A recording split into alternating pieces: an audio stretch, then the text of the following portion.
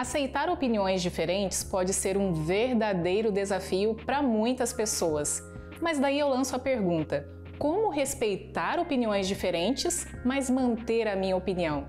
E quem vai nos ajudar com esse assunto mais uma vez é ele, Ricardo Voss. Seja bem-vindo, Ricardo. Obrigado.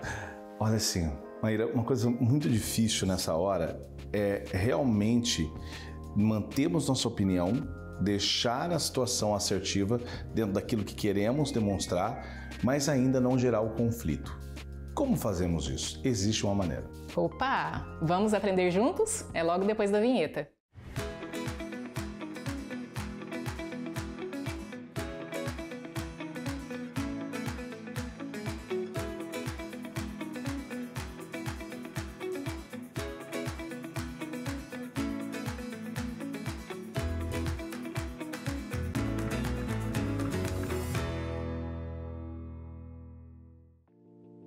Existem opiniões diferentes para praticamente todos os assuntos. Mas aí, Ricardo, eu te pergunto, como então eu consigo manter a minha opinião frente a essas opiniões diferentes que surgem? Uma das coisas que a gente precisa sempre compreender é que a opinião, ela está associada no nosso inconsciente com o eu. Eu sempre digo e sempre falo que se nós não olharmos para essa relação do eu, a gente sempre vai criar uma confusão. É claro, sempre estamos olhando para o nosso próprio umbigo. A minha filha, por exemplo, de 8 anos, a Lulu, ela falou: pai, o que é olhar para o próprio umbigo? Eu falei: olha o seu umbigo. Ela olhou, conseguiu ver a mamãe se mexendo? Ela, não. Bom, é desse jeito. A gente acaba olhando para a gente. Então, quando a gente fala nossa opinião, a gente está demonstrando muitas vezes que é o nosso jeito e que o seu está errado. E essa palavra errado carrega muitas coisas. E aí mora o grande problema. Então, a gente tem que cuidar dessa palavra. A palavra opinião, ela precisa ser substituída. E essa é a relação. E quando a gente traz uma ação que quero demonstrar o que penso, como penso, no caso, minha opinião, dentro daquele contexto de contribuição, eu preciso pensar em duas estruturas básicas para isso. Uma é a relação do contexto, porque esse contexto, explicar esse contexto, e a próxima, dar uma estrutura factível. Certo. Inclusive, aproveitando esse gancho, eu gostaria que você explicasse para a gente de uma forma até mais didática o que falar e como falar para que essa opinião seja aceita, porque nas entrelinhas você deixou essa mensagem para mim. Exatamente. Fica vendo, vou mostrar também de uma outra forma aqui para ficar bem claro na ação. Vamos primeiro substituir a palavra, para ficar bem claro. Certo. Vamos substituir a palavra, por exemplo, opinião, por exemplo, vamos substituir por refletir, tá? Refletir. Isso muda tudo. Quando eu chego numa conversa, por exemplo, e começo a falar: deixa eu dar minha opinião, é só uma opinião aqui, é minha opinião, tá, gente? Só minha opinião. Quer dizer, eu quero fugir de qualquer intriga, conflito, mas na verdade acabamos de criá-la. Substituindo para refletir, vamos gerar uma reflexão. Olha, gente, queria trazer uma coisa para a gente gerar uma reflexão aqui. E isso daqui, o que vocês pensam sobre? Então, na ação, nós temos agora que trazer, lembra que eu falei agora há pouco sobre fatos? Então, eu vou pegar aqui 3 cores para mostrar esses fatos. Primeiro, eu vou fazer a cor assim, que é, primeiro, a figura de fato. Fato, que isso daqui, se eu perguntar até para uma criança, ela vai me falar que é um quadrado, né? Se eu chegar aqui e falar o que é isso, ela falaria um triângulo. E até se eu fizesse um círculo, bem fácil. Então, quando eu estou numa comunicação, é muito interessante a gente ajustar a percepção das pessoas. E os fatos ajustam a percepção muito fácil. Ela não vai discutir que isso aqui não seja um quadrado. Ela vai falar: isso aqui é um retângulo, ou isso aqui é o quê? Um círculo. É bem provável que ela entenda quadrado, triângulo e círculo.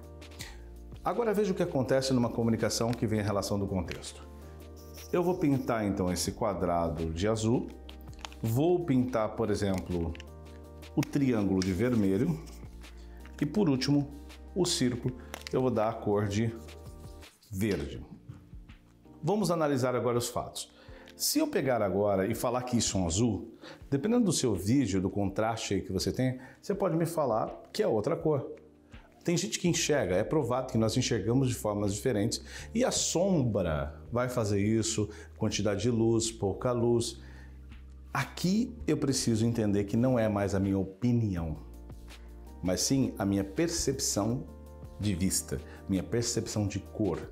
Então, como podem ver, nesse quadrado fica fato, estamos falando a mesma língua.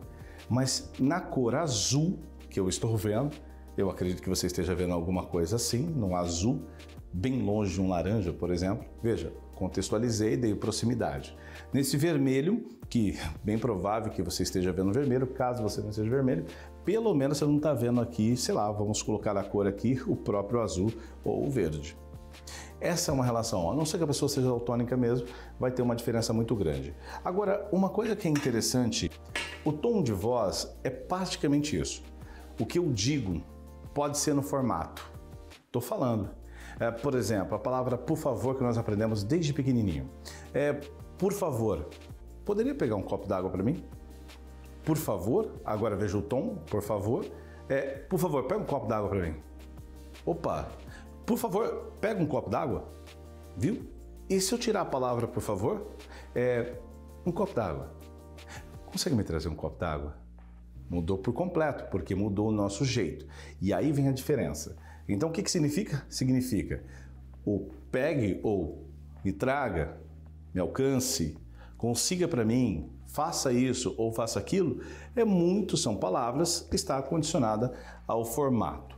Agora, as cores, eu preciso da interpretação, contexto e emoção correta para aquilo que eu quero dizer de forma harmoniosa, bem harmoniosa, no sentido que a pessoa entenda que o que eu quero falar tem amor, compaixão e também, é claro, pensando nela gerar um resultado benéfico para todos. Essa é uma ação. Excelente. Inclusive, enquanto você estava explicando ali, eu comecei a pensar, ok, quando eu falo, eu estou falando com o objetivo de a pessoa aceitar a minha opinião. E quando é ao contrário? Quando eu preciso aceitar e respeitar a opinião alheia? Se ela fizer isso também, você vai conseguir. Do contrário, tem que pensar sempre numa frase que eu falo. O mais inteligente é quem tem que ceder. Se você está esperando que ignorante ceda, você é a pessoa ignorante. Então tem que ter discernimento nessas horas. E eu acredito que se você entendeu, todos nós entendemos a relação da figura com a cor, que a cor traz um contexto diferente, porque ela tem vários fatores ali para poder dar essa dimensão ou esse entendimento. Acredito que aí você vai começar a falar assim, poxa, peraí, qual é o contexto daquilo?